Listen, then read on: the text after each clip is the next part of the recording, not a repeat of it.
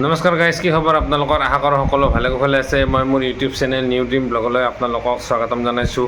Guys, আজি অংগনবাড়ী কৰ্মী, সহায়িকা আৰু মিনি কৰ্মীসকলৰ দৰমহা বৃদ্ধিৰ মই অত্যন্ত গুৰুত্বপূৰ্ণ খবৰ আৰু শেহতীয়া আপডেট মই লৈ আনিছোঁ আপোনালোকৰ ওচৰলৈ। গতিকে মোৰ ভিডিঅ'টো স্কিপ নকৰাকৈ আপোনালোকে শেষলৈকে চাই থাকিলে গোটেইখিনি কথা গম পাব। আজি ভিডিঅ'টো বহুত গুৰুত্বপূৰ্ণ হয়, কিয়নো শীঘ্ৰেই অংগনবাড়ী কৰ্মী, সহায়িকা দৰমহাটো বৃদ্ধি হোৱা দিশত যাই আছে।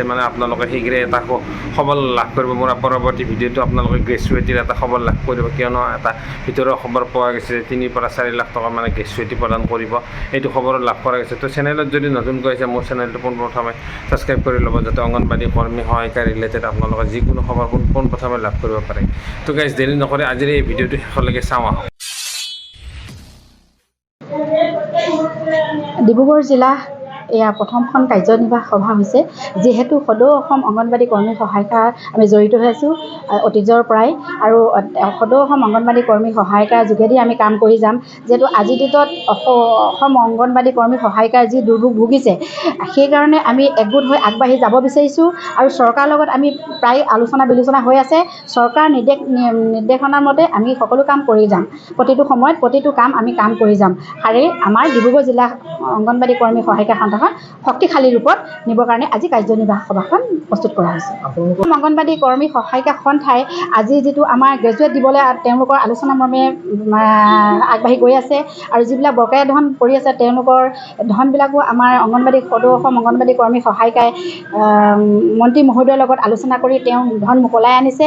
আৰু ভৱিষ্যতেও যি কাৰ্যসূচী হাতত ল'ম, সেই কাৰ্যসূচী সদৌ অসম অংগনবাড়ী কৰ্মী সহায়িকাৰ যোগেদিয়ে আমাৰ যি দুৰ্ভোগ ভুগি আছে উন্নতি পথত আগবাঢ়ি যাম বুলি আমি অগ্ৰগত। আমাৰ আজি কাৰ্যনিৰ্বাহক সমিতিত সদৌ অসম অংগনবাড়ী কৰ্মী সহায়িকাৰ সভানেত্ৰী তথা কেন্দ্ৰীয় কমিটিৰ উপসভানেত্ৰী উপস্থিত থাকে।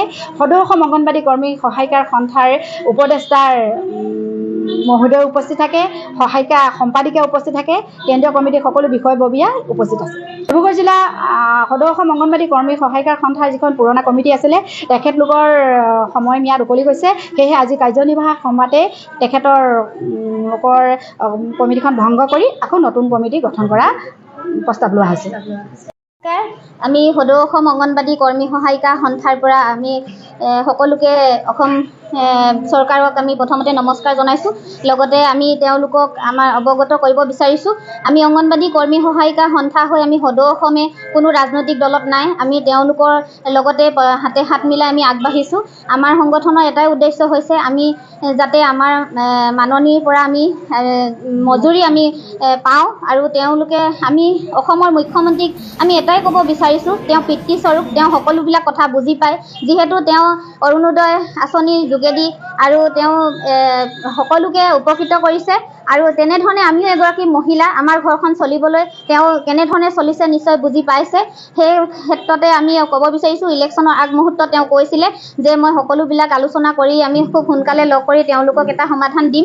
আমি সেই সমাধানৰ পথ বিচাৰিছোঁ। তেওঁক অনুৰোধ জনাইছোঁ এই চেনেলৰ যোগেদি যাতে তেওঁ সেইখিনি আমাৰ অনাৰিয়ামবিলাক পূৰণ কৰে, আৰু খুব সোনকালে তেওঁ এটা ভাল সিদ্ধান্ত লয়। আমি যিখিনি কষ্ট কৰিছোঁ সেই কষ্টখিনি যাতে প্ৰতিফল আমাৰ পাওঁ, আৰু আমি তেওঁক বেছি ক'ব বিচৰা নাই। তেওঁ দক্ষ মুখ্যমন্ত্ৰী, আৰু ভৱিষ্যতেও তেওঁ উজ্জ্বল আমি কামনা কৰিছোঁ। আৰু তেনে এজন মুখ্যমন্ত্ৰী হৈ যাতে আমাৰ কথাবিলাক বুজি পায়, কাৰণ প্ৰতিটো প্ৰান্ততে প্ৰতিটো ঘৰতে যাতে এগৰাকী গৃহিণীক বুজি পাইছে যে ঘৰখন চলাবলৈ যেনেধৰণে তেওঁ যোগান ধৰিছে 1250 টকাকৈ, ঠিক তেনেকৈ অংগনবাড়ীবিলাককো সমাজখন পৰিচালনা কৰিবলৈ আগবঢ়াই নিবলৈ আমাকো যাতে তেনেধৰণে উপকৃত কৰক, আমাৰ পৰিয়ালটো শক্তিশালী কৰক, তেতিয়াহে আমি সমাজখন শক্তিশালী কৰিম।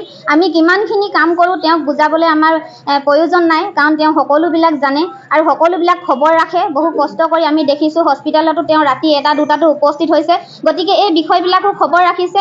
আমি নাজানো কোন সংগঠনবিলাকে বেলেগ ৰাজনৈতিক দলৰ লগত আছে, কিন্তু আমাৰ আৰম্ভণিৰ পৰা আমি নাই, তেওঁলোকৰ লগত আমি আলোচনা কৰি আহিছোঁ। চৰকাৰৰ লগত আমাৰ বিভিন্ন সমস্যা পূৰণো কৰিছে তেওঁলোকে। গতিকে আজি এই চেনেলৰ যোগেদি এইটোৱে ক'ব বিচাৰিছোঁ, তেওঁ আমাৰ মাননি সলনি মজুৰি কৰক, আৰু খুব সোনকালে এটা ভাল সিদ্ধান্ত, ভাল খবৰ দিব বুলি আমি আশা ৰাখি কথা হ'ল আমি অংগনবাদী কৰ্মী সহায়িকাসকলে বহুত সমস্যাত ভুগি আছোঁ, যি নেকি আমি ইমান কম পইচাৰ মজুৰিত মানে আমি ৰাইজৰ সেৱা কৰি আছোঁ, যিখিনি আমি চৰকাৰলৈ আমি মানে আগবঢ়াই আছোঁ। তেখেতলোকক আমি আমাৰ মাননিটো যাতে বৃদ্ধি কৰি দিয়ে, আৰু আমি যিটো কম মাননিত মানে চলাই আছোঁ, আমাৰ অনাৰিয়াম যিখিনি পাওঁ সেই অনাৰিয়ামখিনি যাতে চৰকাৰে আমাৰ অংগনবাদী কৰ্মী সহায়িকাসকলৰ মুখলৈ চাই আগন্তুক মানে হেৰিত যাতে আমাক মাননিটো বৃদ্ধি কৰি দিয়ে। আৰু আমাৰ সমস্যাবিলাক হ'ল যে সমস্যাবিলাক আমাৰ মানে বহুতেই আছে, যিবিলাক সমস্যা আমি চৰকাৰৰ লগত আমি ইতিমধ্যে আমি দাবীবিলাক দিয়ে আছোঁ, কিন্তু তেখেতলোকে সেই সমস্যাবিলাকৰ ওপৰত আমাক আশ্বাস দিছে যে আমাৰ সেই সকলোখিনি তেওঁলোকে পূৰণ কৰিম বুলিয়ে দিছে। কিন্তু ইতিমধ্যে আমি সদৌ অসম অংগনবাদী কৰ্মী সহায়িকা সন্থাই সকলোকে অনুৰোধ জনাইছোঁ যাতে আন যিখিনি মানে আমাৰ সহপাঠীসকল আছে সকলোৱে যাতে আমাৰ একতা হৈ আমাৰ অংগনবাদী কৰ্মী সহায়িকাসকলৰ সদৌ অসমৰ লগত যাতে জড়িত হৈ এক হোৱাৰ চিন্তা কৰে, যাতে চৰকাৰেও আমাক দেখি ভাল পায় এইখিনি। আৰু আমাৰ যিখিনি মাননি আছে সেই মাননিখিনি যাতে চৰকাৰে আমাৰ কৰ্মী সহায়িকাসকলৰ মুখলৈ চাই, মাতৃসকলৰ মুখলৈ চাই যাতে তেওঁলোকে আমাক বৃদ্ধি কৰি দিয়াৰ যাতে সুব্যৱস্থা এটা আমাক কৰি দিয়ে, সেইটোকে আমি চৰকাৰলৈ বিনম্ৰ অনুৰোধ আগবঢ়ালোঁ।